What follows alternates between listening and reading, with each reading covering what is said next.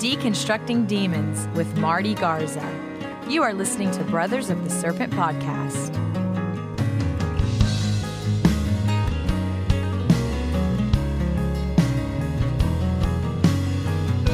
And welcome back, ladies and gentlemen, boys and girls, angels and demons and monsters and serpents and aliens.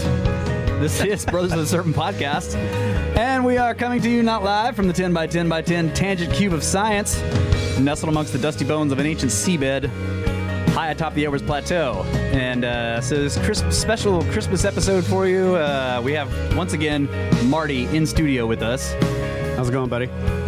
Really good. How you guys doing? We're doing great, man. Doing good. Glad to have you back. You're becoming one of the most requested and longest running guests we've ever had in studio and out, I think. In and out. In and out, yeah. Yeah, topping the charts. So fresh Marty Sode, and it's interesting because we do actually have the Watcher with us at the beginning of this episode. Watcher, you out there deep beneath your secret space station in secret outer space? What's going on, buddy?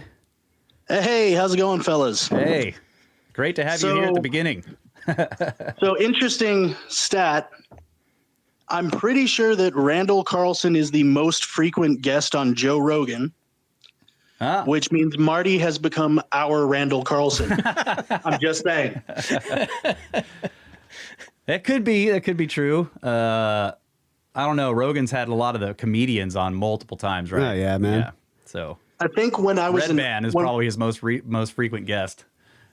Potentially. Yeah. When we were in Arkansas, though, he had already been on Joe's show 7 times, and that was like 2.5 years ago now, maybe 3. Yeah. So either way, I'm saying Marty's our Randall. It's done.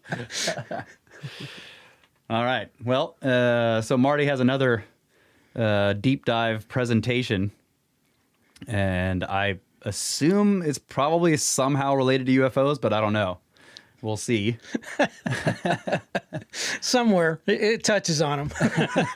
Are there unidentified flying objects somewhere in this presentation? Yeah, they're referred to every once in a while. Okay. At least twice. All right. That's good. Well, let's go ahead and tackle Space Weather News from spaceweather.com, where we get all our space weather news. Just a short update here about Earth-directed solar flare directly facing Earth. Sunspot AR2908 produced an M19 class solar flare today on the 20th of December. A pulse of X-rays ionized the top of Earth's atmosphere, causing a minor shortwave radio blackout over the South Atlantic Ocean. Didn't this happen last time? Yeah, we had one of those last time too, I think. Yeah. Stay tuned for update, but this is definitely today, right? It is December 20th. So Okay. Stay tuned for updates about a possible CME emerging from this blast site. So yeah, current conditions, solar wind speed is 575.2 kilometers per second. The density is relatively high, 11.4 protons per cubic centimeter. Sunspot number is 109. That's a lot of sunspots there, yeah. Neutron count, 9.1% above the space age average. And the KP index right now is quiet, but the 24-hour max, probably due to that CME or that blast we just got, is rated at 5, which is in the middle of the stormy rating. So there you go. Activity picking up on the sun. Yep, that's right. I had a Parker Solar Probe update too, but Oh, yeah. we're going to skip that. Yeah. I did see stuff that I saw some video from it. It finally made it into the atmosphere of the sun, basically. Yeah. It touched the sun. Right. Finally. From 2 million miles away. That's right. I don't think that there was a big release on the data analysis, though. They just basically the story from what I remember was like, okay, it finally made it. Yeah. So I guess we'll probably be seeing stories about what kind of data it collected. Yep. Pretty soon after they analyze it all. Yeah. Yeah, I think so. There was some pretty cool video. I don't know if it was video, but it was like time lapse footage of images from it that showing like where you could see like all this crazy atmosphere. I don't know what the visual spectrum it was using for the cameras, but you could see it passing through waves of stuff coming off the sun, and just, I don't know, it was really cool. Yeah, it's some kind of weird cameras it has, because they've used it to look at Venus as well, because it's like doing the slingshot thing around Venus each time. Yep. And so it turns around and looks at Venus, but it's looking at it with some weird solar cameras. Yeah. Why is Venus so dark? Well, it still has its sunglasses on. Yeah. All right. Well, we got. I got one. Since this is the Christmas episode, I got one email here. This actually was received this morning, so it was sent in. It was timely. This is from LP who's in the Discord named Drew. So I'll read the beginning of this, and then we'll see how this goes. He says, Snake Bros, my wife recently bought a used copy of the classic American Christmas poem, 'Twas the Night Before Christmas. As I was reading it with these eyes, I noticed how the description of the visiting St. Nicholas sounded familiar. Below is my rendition of the story where the context of the visit has been amended, but the description of the visitor remains largely the same. I hope you guys enjoy this. Thanks for all that you do. Merry Christmas, Snakes! From LP. All right, here we go. 'Twas the night before Christmas, and all through the pit, a few snakes were stirring, but only a bit. Janus had posted some pictures and links, and Frank had some vids that were making me think. To a snake's note I listened while snug in my home, reconsidering stories of fairies and gnomes. Kyle was on it, and then Russ made a joke. I was all settled in with a brew and a smoke. When out of the ether came some resonant matter, I put down my smokes and my beer with a clatter. Away to the window I walked with some dread, and I hoped to see nothing and get into bed. The moon made refractions of electrical snow and Magonian luster on the objects below, when what to my mind's eye should appear but a miniature sleigh and 8 tiny reindeer. There was a little old driver moving a little too quickly, and I knew, thanks to Marty, these creatures are tricky. I was surely dumbfounded when the humming sound came. Though he spoke not a word, I heard the animal's name. Now Michael, Ezekiel, now Prancer and Vixen, Gabriel, Tehote, and Melchizedek with them. To the top of the world, to the stars came the call. Now dash away, and dash away all. And as dry leaves before the wild hurricane fly, anomalous movements the physics decry, so up on the house, mesmerized as they flew, with a sleigh full of gifts and the good driver too. And then in a twinkling I heard on the roof the prancing and pawing of each little hoof. I was stricken with fear and could not make a sound. Down the chimney the driver came, in with a bound. He was dressed all in fur from his head to his foot, and his clothes were all tarnished with ashes and soot. A tiny trapper or hunter, a wild man to be sure, smelled strongly of sulfur and left dirt on my floor. His eyes how they twinkled, his dimples how merry. His cheeks were like roses, his nose like a cherry. His smiling old mouth like the lost Indrid cold, but the beard of his chin was as white as the snow.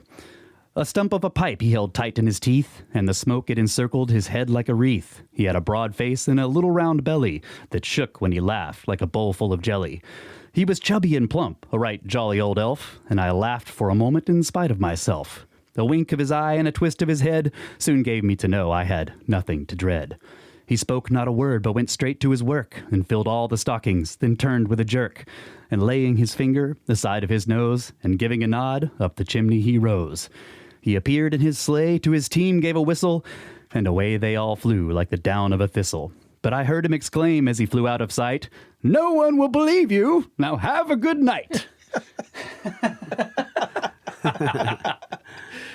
That's good. Snake Bros version of The Visit of Santa.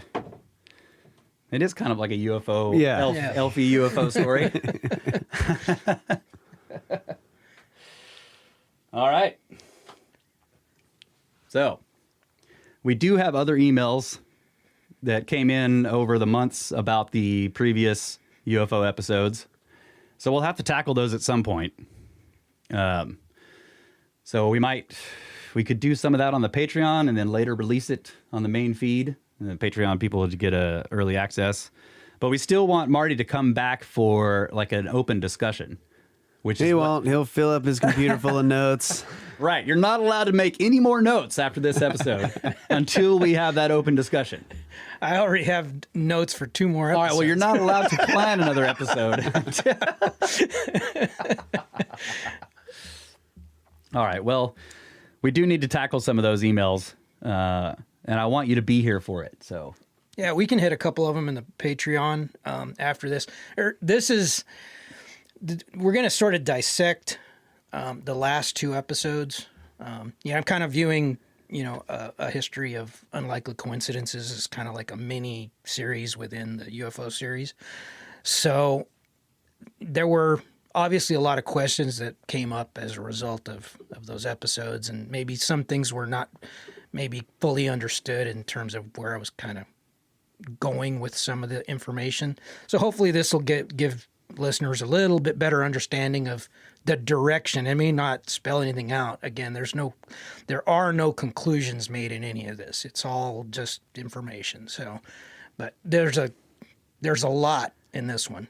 This one's actually a little longer than the others were, but we only have to record one today, so it shouldn't be quite. Well, can you give us like a summary or some kind of like what are we looking at here? What are we gonna? What's the overall? There is an explanation of it at the beginning of this, so I think this will be kind of a marathon episode, probably. Okay. Well, the title here is Deconstructing Demons. Deconstructing demons. Yeah, I heard that. And we have a quote here: "Deities have appeared in forms so visible that they have compelled everyone who was not senseless or hardened in impiety to confess the presence of the gods." That's Marcus Tullius Cicero. All right. Allow me to begin this presentation with an acknowledgement of the complexity of the innumerable characters discussed thus far in this multi-part series and how they relate to each other. I often warn that my presentations will be challenging to the version of the phenomenon built up in most people's minds. We have discussed this off-air beforehand, but we all agree that on Brothers of the Serpent, we don't dumb down the discussion to make it palatable for the mainstream.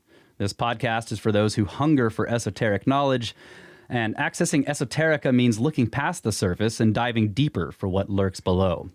And in doing so sometimes requires venturing beyond one's personal comfort zone. In the years leading up to the months of compiling information for A History of Unlikely Coincidences, you remember which episode that was? 213 and 214. 213 and 214. I asked myself many of the same types of questions it has surely raised in the minds of the listeners, and it was exactly those type of questions that guided me along the path of discovery. Consistent with that effort, the following deconstruction of the preceding episodes will probe deeper into topics that may superficially appear to be purely theological to some. However, I urge you to be perceptive of other more esoteric interpretations. I do feel that I have thus far been at least somewhat successful in broadening the parameters of the phenomenon in people's minds, as demonstrated by the enormous amount of discussion the series has created in the Discord, and the fact that we were able to engage in over 8 hours of conversation without a single mention of mint candies. What? Tic Tacs. Okay. I'm like, is this a weird Christmas reference? My goal from the beginning has been to emphasize my belief that the phenomenon is far more intrinsic to who we are as a species than focusing entirely on the providence of lights in the sky and what type of propulsion method they employ. Yeah. So take a deep breath and let's begin. Near the conclusion of Brothers of the Serpent, episode 215, Indistinguishable from Magic, there were references made to a multitude of strings on a corkboard and a long discussion of assumed cause and effects, suggesting that the information I presented in A History of Unlikely Coincidences might have been a form of, how do you say this word? Pareidolia. Pareidolia, seeing patterns where none truly exist. Allow me to counter that with the observation that it is not unusual for people to fail to recognize certain patterns because the implications that could be drawn are in stark contrast with their belief systems. I cannot emphasize enough the fact that there is but one indisputable continuous string that runs from Enoch to John Dee and his development of Enochian magic, Rosicrucianism and the Hermetic Order of the Golden Dawn, to Helena Blavatsky and the Theosophical Society, to Aleister Crowley, Ordo Templi Orientis, to Thelema, to Jack Parsons, Marjorie Cameron, to L. Ron Hubbard and Scientology, to Operation Often and the Stanford Research Institute, and directly to the cabal in Washington, D.C., known as the Collins Elite. A History of Unlikely Coincidences was comprised of 3 historical strata. The most obvious layer was the one I just pointed out, which was the occult links to the phenomenon. The second layer was the perceived interaction of non-physical intelligence with mankind, exampled through the stories of Joan of Arc, Joseph Smith, Adolf Hitler, Francis Swan, the Philip experiment, Patient AB from the British Medical Journal, Dr. Tom Zinser, Elizabeth Gilbert, and the ancient concept of the genius the various mathematicians discussed, all the way up to Timothy Taylor's patents obtained through downloads of information. The third layer was purposefully more subtle and will be the subject of the next episode. No. Yeah, a couple of episodes down the road. Right. In episodes 214 and 215, Kyle also made several comments questioning the lack of apparent logic to many of the actions discussed. This is a common position assumed by skeptics, which anchors opinion to motive. It surreptitiously substitutes factual events for hypothetical scenarios. In other words, it asks the question, why would someone do something, rather than why did someone do something? So imagine yourself as a juror in the trial of a serial murderer. The prosecution presents evidence that places the defendant at multiple scenes of the crimes, whose fingerprints are on the murder weapons, and numerous witnesses provided corroborating descriptions of the individual at the various scenes over an expansive period of time. Could you find the defendant not guilty simply because the prosecutor could not establish a clear motive? Maybe the motive could not be determined because it makes no sense to anyone other than the perpetrator. Maybe the motive is not something perceivable on a case-by-case basis, and the pattern is only visible across all of the crimes. Or crazier yet, just maybe the perpetrator was simply following directions he himself did not understand. Okay. So you're talking directly to Kyle there? Well, I'm not necessarily addressing, I'm sure he's not the only one that had those, considerations that some of this might not make any sense. We have a tendency to look at things from a personal, or I guess you could say human perspective. This occurred to me in your discussion in the previous episode, discussing the properties of the King's Chamber and the resonances and all, and you're trying to reverse engineer intent. Like, what was the purpose of this? Why did we? And keep in mind, you're trying to ascertain the intentions of, butt flaps. Yeah. And it's still beyond our ability. And these are humans, right? That you cannot understand what it was that they were trying to achieve. So if you can't figure out what, people who were less advanced than we are, what are the odds of you determining what the intent of a more advanced species was? Yeah, but I think Kyle was asking those questions about people. Like, why would they do this? Not necessarily. Well, I mean, maybe you were. Were you asking that about the entities, or were you asking that about people? Like, I know the stuff with... Yeah, they were just generalizations of, like... for example, I mean, you didn't give any examples, but one of the examples I thought of was, like, why would demons want to kill all people if their purpose was to, like, use people for power? Yeah. Like, well, if they need more souls for power, then make more people, right? That was the thing. It's like, why would you be making less of them if you need more? Yeah. It's just it is using logic, but you have to take all of these bits of information that you're bringing to the table as fact, which there's nothing really suggests that we know that somebody actually walked into somebody else's office and went into a trance and really said some shit. Those things you have to accept as, like, okay, that did happen, and then analyze it. So it's like that's kind of what I was doing for the most part. Okay, well, we'll get to those points in just a second. That is addressed in this. Yeah, but so the basic point is like you're saying that plenty of this evidence is basically anecdotal. It's anecdotal, but if you accept it as fact, then you apply logic to the situation. And it's like, well, that makes no sense in some cases. Yeah. Okay. So then it brings to question: are these accounts actually legit? Yeah. That's, I guess, my point. Yeah, that's always a question. I will respond to that, but it's in the text. Okay. All right, another quote here. You come to us with no evidence, no record, no artifacts, only a story that, to put it mildly, strains credibility. Over $500 billion were spent, dozens of lives were lost. Are you really going to sit there and tell us we should all just take this on faith?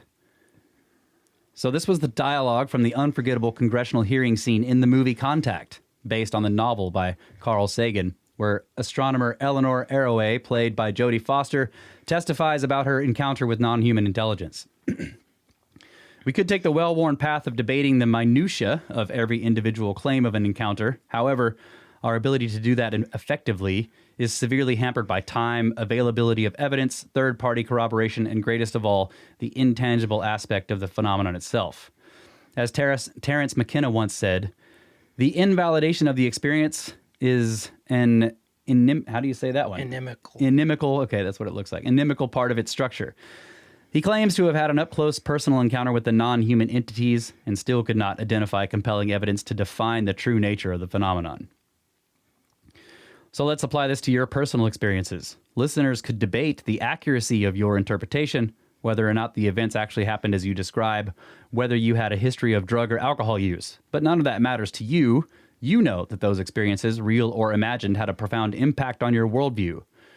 Now imagine if multiple people claim to have nearly identical experiences to yours over decades or centuries or millennia. That could assign yet far greater significance to your simple anecdote. Project Blue Book Special Report Number 14, prepared by the Battelle Memorial Institute under Project Stork, included the conclusions of their investigation of 4,834 cases from 1947 through the end of 1954. They found that only 1.5% could be attributed to, quote, psychological manifestations, unquote, and 8% were hoaxes. Therefore, in the overwhelming majority of cases, the individuals involved truly believed in their experience, which is a difference from saying that they actually happened, right? You're saying that they believe very few of them were able to be proven to be psychological manifestations. In other words, like all in their head or hoaxes. We could get into more detail about that because that could be a whole long discussion because there was a lot of criteria involved in determining which cases were truly unexplained or unexplainable. Yeah. And there's very often the assumption that, just because it wasn't a good observation, there wasn't enough information available or whatever, and that is not the case. Those cases that did not have, a lot of enough data went into a category as insufficient data. Yeah. Right. These were, and keep in mind that the cases that fell under unexplainable, depending on how you look at the data, it's roughly about 23%.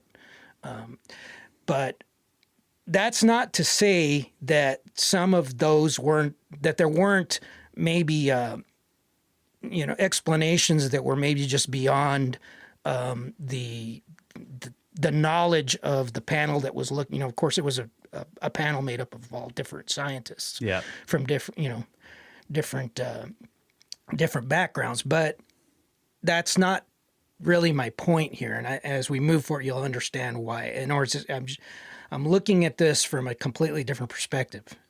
But if you go on, you'll see what I mean. So my point here is, in a sense, it doesn't really matter what we think about the validity of individual accounts. What is important is what the individuals involved took away from their experiences and what the subsequent effects were. No individual case thus far has provided definitive and indisputable proof. It's all just data.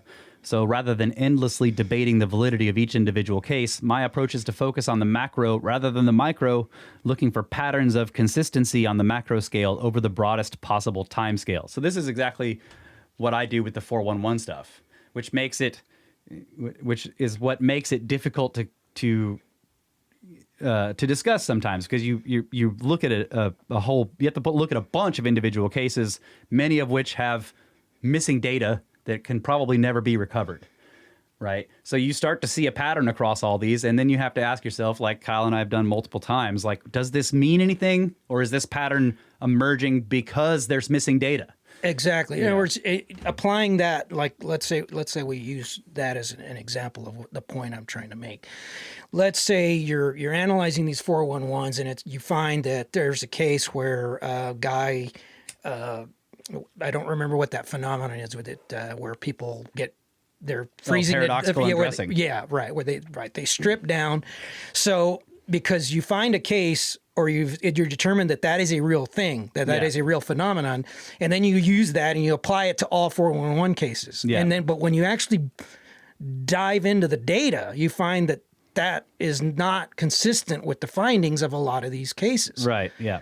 Like So some you people can't- shed their clothes right. when it's not cold is one example. Yeah. Right. In other words, so you have to be cautious to not try to use, one size fits all solutions for every case. That's right. Okay. So if we were to create a 3D graph with the x-axis representing the experiencer's perception of the phenomenon, the y-axis representing the action or conduct of the phenomenon, and the z-axis representing time as we plug in data points, we may begin to see patterns emerge. If the input data is truly random, we should just see a scatter pattern. But where there is corroboration, we should begin to see nodes or clusters. These are the areas suggestive of legitimacy or intent. For example, a data point on the XY intersect, which has corroborative points extending far into the z-axis, means this is a facet that has historical precedent. If that data were to be representative of an area where there is legitimate debate whether military technology might be responsible, the z-axis may serve to validate or falsify that assertion. Let's see this. So the z-axis was Time. That's right. Let me give you an example. Let's say there are sightings of triangular craft. And these things are reported, in the Hudson Valley. They're reported in Sedona. There's these clusters of these repeated sightings of these triangular craft. And then you say, okay, well, we know that they were developing the B-2 bomber during the time period when the Hudson Valley sightings were occurring. So even though that was taking place in Nevada, let's say at Area 51 or out, in Palmdale or whatever. But you say, okay, this is the other end of the country, but we know they're both triangular, so they must be B-2s. So if we were to plug that data into this, theoretical graph, right? You have, okay, this is what the witnesses describe, right? So it's this black triangular shape. Then it has this characteristic. It's silent, it's hovering, it's doing all these things. All right, so that creates a data point. And again, we could argue whether the people really saw it or not, or whether it was birds, but we'd say that's irrelevant for the purposes of what we're trying to accomplish here. So you have this data point that says, okay, these people, real or imagined, have reported seeing this certain phenomenon. So you start collecting those. You just start taking all sorts of cases, and then just things standouts. I recently read the Book of the Damned. There are a bunch of triangular UFOs reported in accounts from 1800s, and I'm not talking about late 1800s, like during the Great Airship period. Yeah. Prior to that, so now you've got these data points that match the descriptions of the 1980s, 1990 sightings, but they're going back into periods when we know there was no development of that type of. So it's not solving the mystery. It's just telling us, look, this is something that's been happening for some period of time. And as you start plugging more and more data points into this thing, going back maybe thousands of years, it starts giving you an idea of maybe areas that need to be focused on. They're not anomalous data points. They're consistent data points. Yeah. Well, at the very least, you would say that those early sightings were not the B-2. Right. I guess the way I look at this is that if somebody says, let's say they make some report that turns out to be something mundane that it really wasn't. When you create this system where you have all these data points plugged in, each individual point starts to have less importance. In other words, so they're not skewing the picture. In other words, if this guy was just a bad observer and reported things inaccurately, or was just some unusual phenomenon that was just seen, or some prosaic thing that was seen from an unusual perspective, and it gave the illusion of something, those things become less important. Yeah. If somebody's lying, or they're not going to show. Valet says that too. That analyzing vast numbers of cases in that way can show you, like, well, here's a group that, here are ones that all fit together, that have strange, like, for example, like he has strange data points that isn't widely known by the general public, and he sees a bunch of those in multiple reports. He's like, okay, these seem to have more validity because all these people all like named off like similar very strange things that people don't normally talk about, whereas these over here don't have as much credibility because they're basically, it's all pop culture or whatever. Like he says, you can see that stuff emerging, not perfectly, but it's a way to. Some things I have to think, because I want to make sure I don't step on points that I'm actually going to make later, or things that will be in other episodes. But the don't do that. You can say stuff. Okay. And this is something we discussed in the Discord recently, that a big problem that has only recently maybe starting to be addressed was the fact that the truly unusual cases, which were referred to as high strangeness cases by Alan Hynek, those cases, for the most part, for the majority of, if let's say we start talking about the more modern UFO era beginning in the 1940s, let's say 45 to 47, those cases were almost entirely filtered out. Either when they were, typically the way the UFO reports would make their way to Blue Book or to Sign or Grudge, any of the investigations, is they were usually reported to the police first, the local police, and then the police would forward that on to the military, whether it was the Army Air Force, or then later the regular Air Force. A lot of times, Hynek found that the police would get reports of these really strange things that we're now beginning to discuss. Yeah, and they would filter, and they would just toss it in the trash can, and they say, "Oh, we would never call the Air Force and report this because it'll make us look bad." Yeah. Right. So, but he started by the 1970s. He started to recognize that, and they're like, "Wait a minute, we're missing a significant portion of the picture here." Yeah, there was a reporting bias built in by people who were like, I'm not going to send this on because it would make me look ridiculous. Correct. Yeah. But again, in this context of this graph, even if you have this really weird data that doesn't seem to make any sense and you just plug it in there, it's meaningless. It only begins to have importance when you see consistencies. Mm-hmm. Yeah, that's what I was saying. Yeah.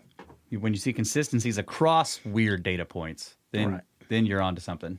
Right. Unless you have a lot of people that are fabricating the same, information.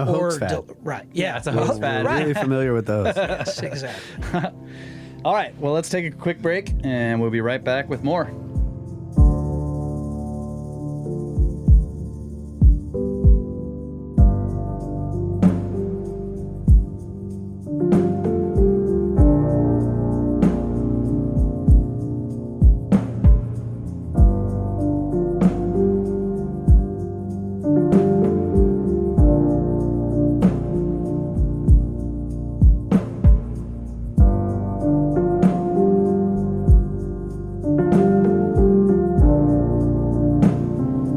Keeping all of the Watchers' sports analogies off air.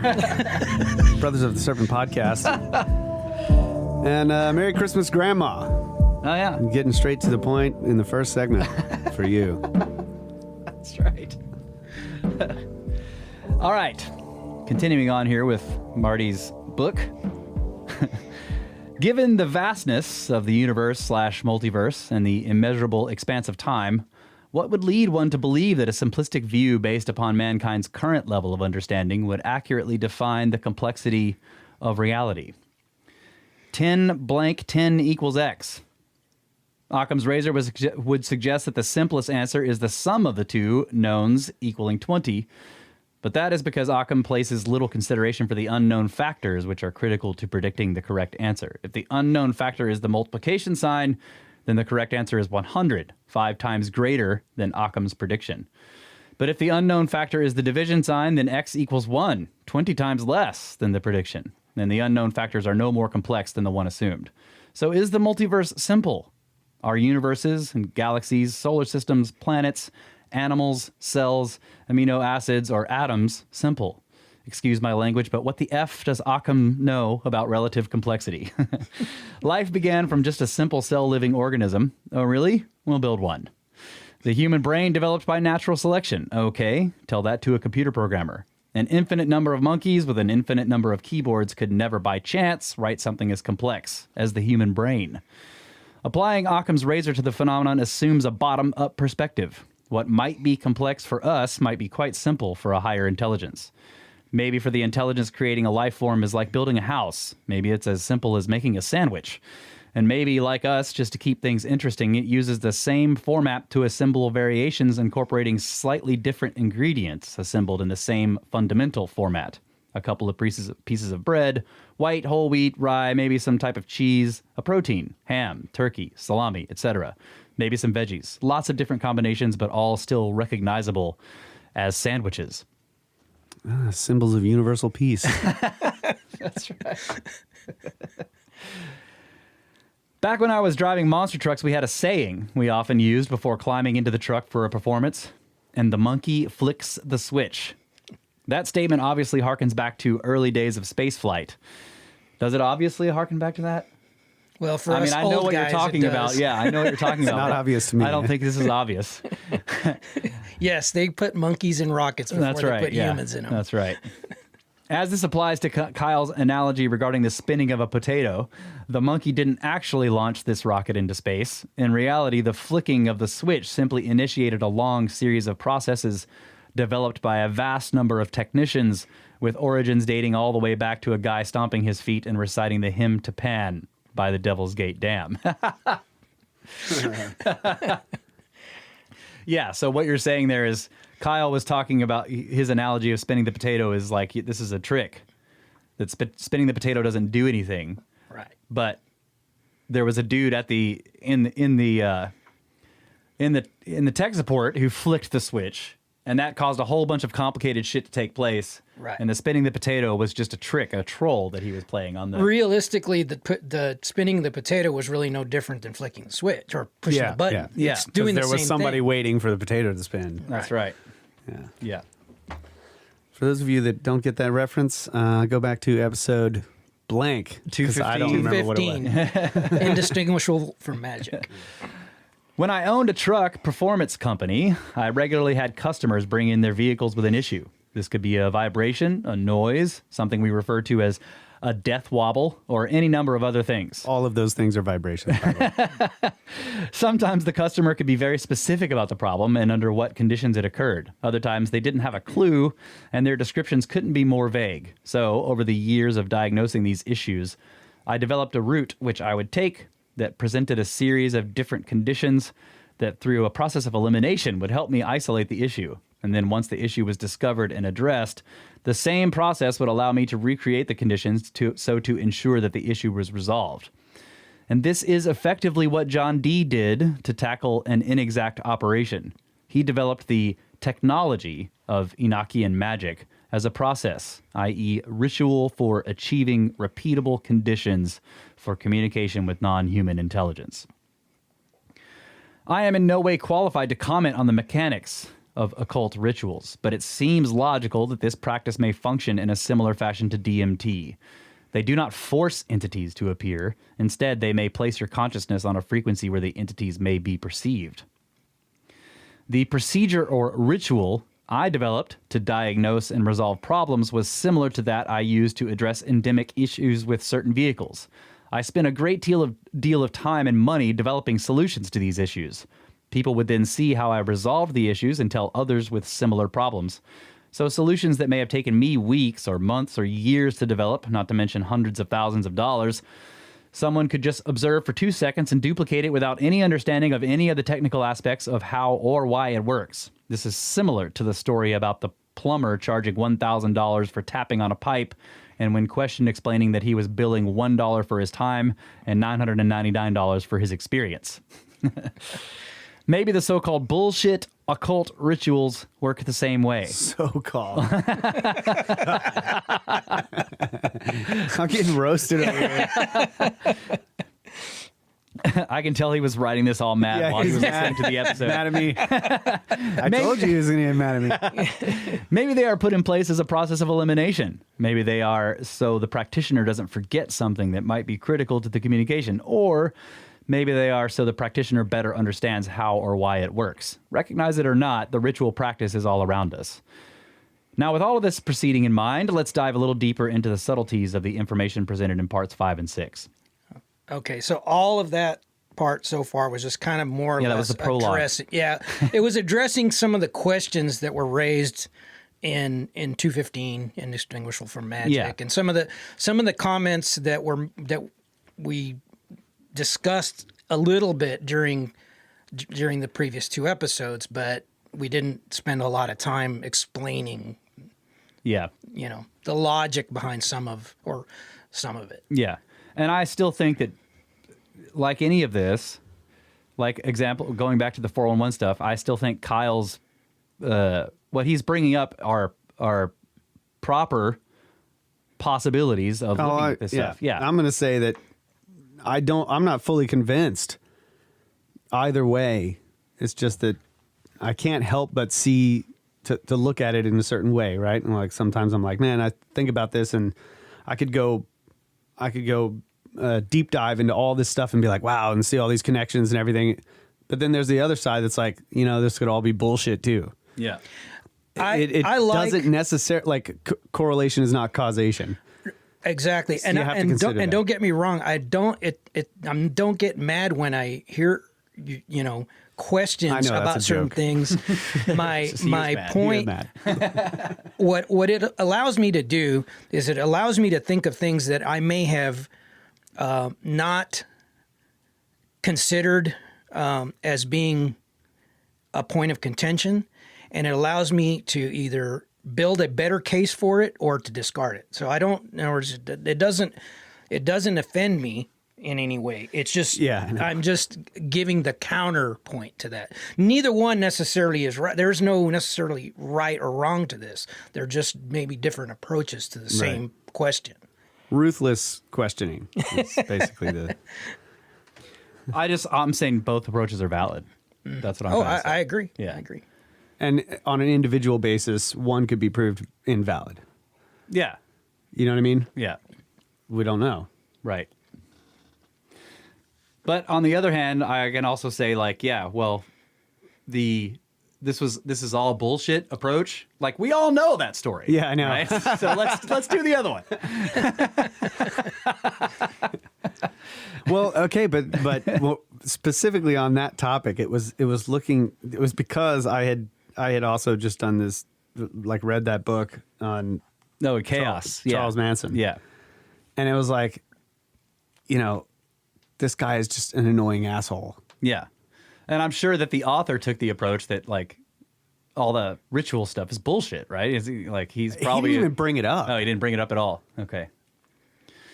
So he probably thought it was bullshit. I think his line of inquiry was more along the lines of, this case has been, like, the prosecution lied and hid a lot of information that he was trying to uncover.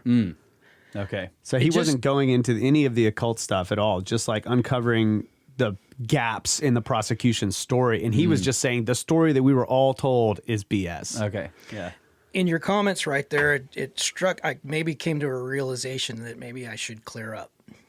I think maybe some may be, and I think I may have seen this in some of the comments that maybe weren't quite spelled out, but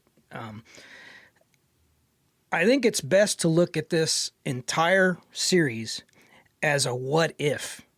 I'm not saying what it is. Exactly. Yeah. This is a what if. What if there is validity to this? What if, this, and I'm not presenting one, it may on the surface appear like I'm presenting one version, but there's actually several different versions built into this thing. Potential, sources for whatever is going on here. There's multiples, and this will be explained a little bit further into this, but again, they are all what if scenarios because we're just throwing things against the wall to see what sticks. Which of these seem to resonate? Yeah. Okay. So, John Dee. John Dee performed his scrying sessions nearly every day for over 17 years, all the while taking very detailed notes of his communications with the non-human intelligence. He never published a book, nor derived any monetary gain from any of the information received, although according to Terence McKenna, who held a great fascination for Dee, he discovered evidence that Dee and Kelly sold the undeciphered Voynich manuscript, which was discussed in Brothers of the Serpent episode number 61, to King Rudolph II. I have heard that also. He's got records of that Dee received 14,000 ducats. Ducats, yeah. And they don't know for what, and then Rudolph paid for it. Yeah, so you're basically saying that the possibility here that the Voynich manuscript is from these communications, which is why they're so weird. Right. Yeah. And undecipherable. Yeah. Dee conducted his work entirely in a search for personal knowledge. His notes still exist today, as does the, what's this? Liber Logaeth. Liber Logaeth, which, as discussed, defies explanation. So that would be, is this a book title? That was the one, to refresh people's memories, that was the one that was given to him in the multiple tablets that had the grids with 49 rows and 49 columns. Yeah. And they had these undecipherable characters. And then they got another one that was 48 columns, and that was in English. And the angel would point to a letter, and they would go back to the Liber Logaeth and then find that character. And they went through this entire thing. What gives you the enochian and then alphabet. He said, okay, now rewrite it backwards.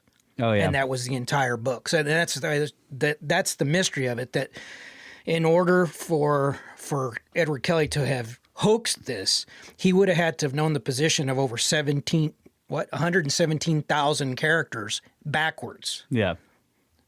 So in other words, it's a makes valid, it difficult to be a right? hoax, It makes it difficult, right? It doesn't mean there's not a way around it. You know, magicians pull off seemingly incredible tasks, but we can move on. So, in fact, the very existence of these today arguably serves as evidence of something supernatural. Oddly enough, this is the subject of another funny synchronicity that occurred during the recording of Part 5. While discussing how the Archangel Uriel gave Dee a showstone, Kyle made a joke about someone burning documents and saying, "No problem, I have this stone," and making them reappear. Yeah. All you need is the rock. By March 1585, the Jesuits in Rome had learned of Dee and Kelly's communications with angels and were convinced that they had been deceived by evil spirits and charged them with criminal sorcery, given that only celibate monks were allowed to receive angelic visions. Wow, criminal sorcery. That's a fun accusation. What's this? Germanico Malaspina? Yeah. Germanico Malaspina, the papal... Nuncio, yes. Diplomatic representative of Rome, summoned Dee and Kelly, and they attempted to evade such a meeting because the angels were vehemently critical of the church, and Dee did not want to be placed in a position where he would have to lie about what they had been told in order to save their lives. So in other words, these angels Dee was talking to were critical of the church? Is that what you're saying? Extremely. Yeah. Mm-hmm. The angel Uriel had relayed that, quote, "When angels brought the glad tidings of peace and consolation to the face of the earth, they did not take it to Jerusalem, nor to the temple, nor the Holy of Holies, but they took it to the fields and amongst poor shepherds," unquote. Dee and Kelly were able to evade interrogation until March 27th, 1586, at which point Dee was forced to acknowledge their angelic communications, but carefully avoided mentioning the views expressed to them. However, Kelly was not as tactful. He berated the papal nuncio,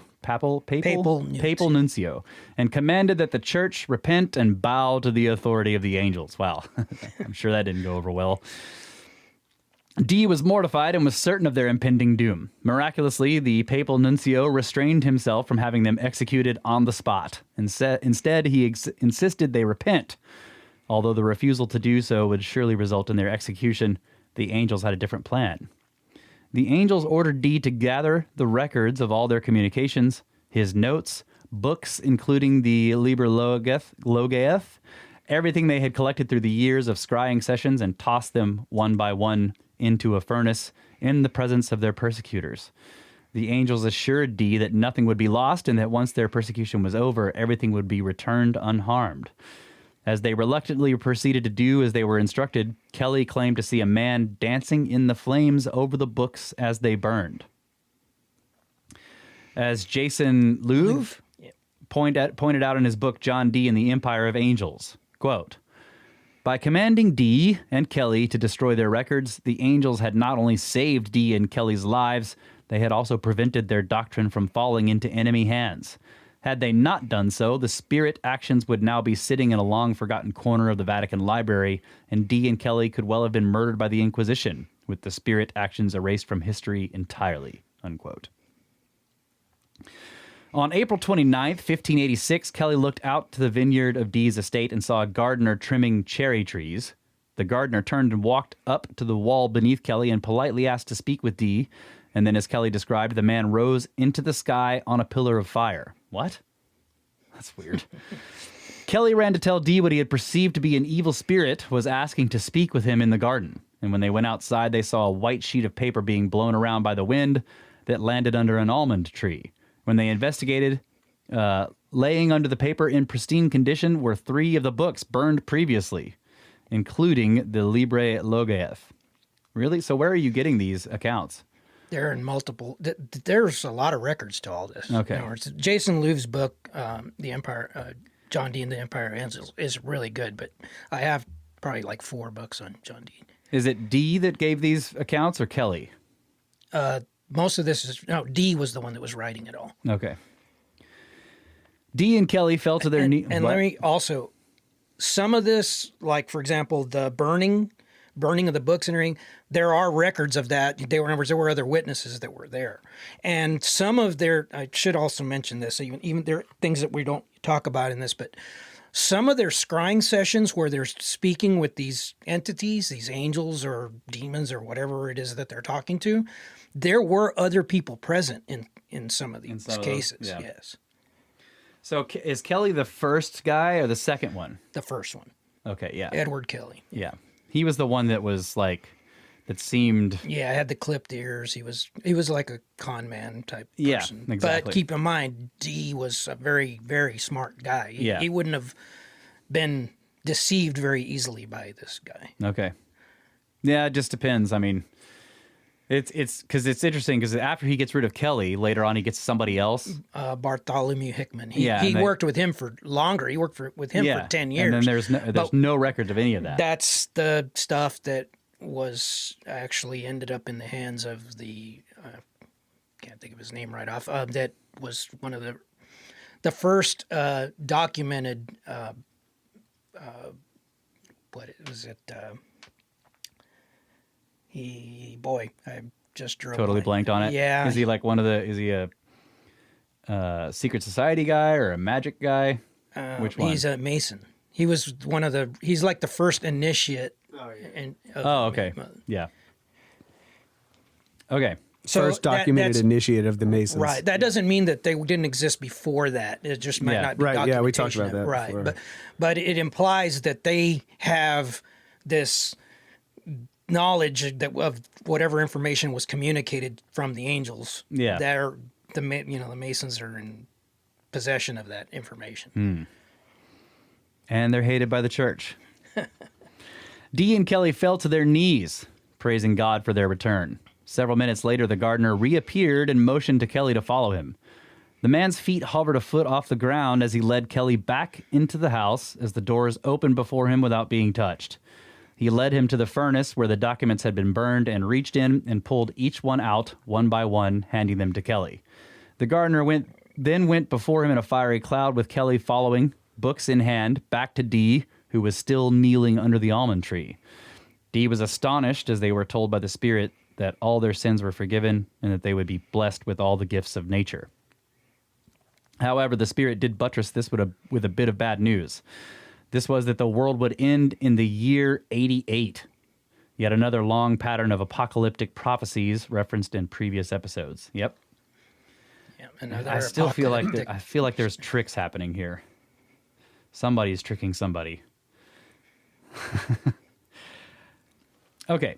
When Inanna/Ishtar/the harlot appeared to Dee, she said, quote, I am the daughter of fortitude, and ravished every hour from her youth. For behold, I am understanding, and science dwelleth in me.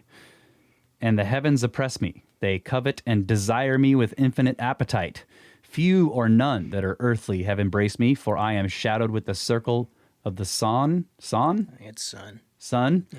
And covered with the morning clouds. In 1795, the German-born Christian mystic, author, and philosopher Karl von Eckarthausen wrote the book The Cloud Upon the Sanctuary, which was studied by occultists and highly praised by the Hermetic Order of the Golden Dawn. In the book, von Eckarthausen states, therein are mysteries that our philosophy does not dream of, the key to which is not to be found in scholastic science. Meanwhile, a more advanced school has always existed, to whom this deposition of all science has been confided, and this school was the community illuminated interiorly by the Savior, the Society of the Elect. This community of light has been called from all time the invisible celestial church, or the most ancient of all communities. Is this still part of the quote? Yes. Yeah. Okay. So this is still quoting from von Eckarthausen. Yeah. This enlightened community has existed since the first day of the world's creation, and its duration will be to the last day of time. This community possesses a school in which all who thirst for knowledge are instructed by the Spirit of wisdom itself, and all the mysteries of God and of nature are preserved in this school for the children of light. Perfect knowledge of God, of nature, and of humanity are the objects of instruction in this school. It is from her that all truths penetrate into the world. She is the school of the prophets and all who search for wisdom, and it is in this community alone that truth and the explanation of all mystery is to be found. It is the most hidden of communities, yet possesses members from many circles. Of such is this school, unquote. This concept of a society of elect or invisible celestial church is synonymous with that of the Elohim or pantheon, and was the foundation of Helena Blavatsky's Ascended Masters. It is also consistent with the traditions of the 9 unknown men and the 9. Yeah. So are you implying here that this is part of the deception?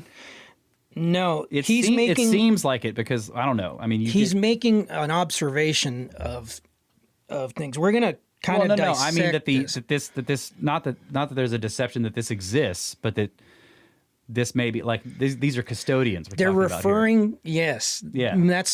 That's one interpretation, but essentially what he's saying is that there is some body, a body which is. And they're always a referring to collection like of individuals, or like right? Light, that the light are men, the the light holders workers of science. Yeah. But interestingly, they are collectively referred to in the feminine. We'll get into this more. Yeah, that's right. She. Yes. Yeah. Okay. So von Eckarthausen expands on the theme of a thirst for knowledge, stating, quote, unprepared men occasion disorder in a community, and disorder is not compatible with the sanctuary. This thrusts out all who are not homogeneous. Worldly intelligence seeks this sanctuary in vain. Fruitless also will be the efforts of malice to penetrate these great mysteries. All is indecipherable to him who is not ripe. He can see nothing, read nothing in the interior. He who is ripe is joined to the chain, perhaps often where he thought least likely, and at a point of which he knew nothing himself. Seeking to become ripe should be the effort of him who seeks wisdom. Is this like implying, this is basically saying that these, like he's talking about becoming an initiate. Like if you're not, exactly, if your mind isn't ripe for these truths, you can't see them at all. And so you don't have to worry about trying to hide them. They're invisible to people who aren't ready. Exactly. Yeah. Seeking to become ripe should be the effort of him who seeks wisdom. But there are methods by which ripeness is attained. For in this holy communion is the primitive storehouse of the most ancient and original science of the human race, with the primitive mysteries also of all science. It is the unique and really illuminated community which is absolutely in possession of the key to all mystery, which knows the center and source of all nature and creation. It is a society which unites superior strength to its own and counts its members from more than one world.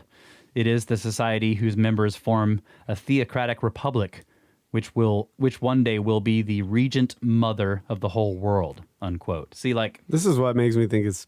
Yeah. It's just like... That sounds like... Yeah, we have the answers to all mysteries. Right, yeah. And nobody I would can automatically distrust this. Yeah, What- I do. Yeah. You need to look at the esoteric meaning behind a lot. He's hitting a multitude of subtle points. I know it sounds like, what is it, bullshit generator. New Well, age bullshit, not just that, but he's basically like, this dude does not have the certificate of ignorance. He's like, we have the answer to all mysteries. I'm like, all right. No, he's saying that he doesn't have it. He says it exists. Yeah. I disagree. Well, he's referring to something, but we'll get to that as we move forward in this. There's a lot that can be drawn from von Eckarthausen's writings. Clearly, the repeated use of the word ripe is suggestive of the fruit of knowledge, and the reference to more than one world suggests other life in the universe.